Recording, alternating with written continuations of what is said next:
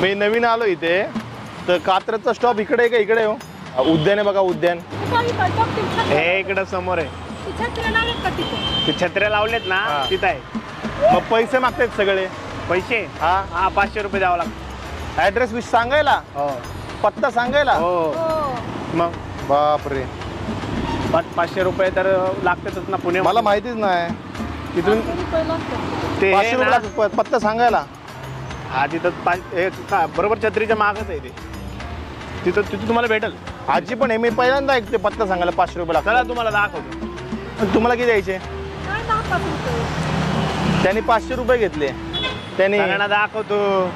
पत्ता सांगायचे. हा हा इकडे ना हो. तुम्ही मला म्हणले चालते त्याला पैसे दिलेले.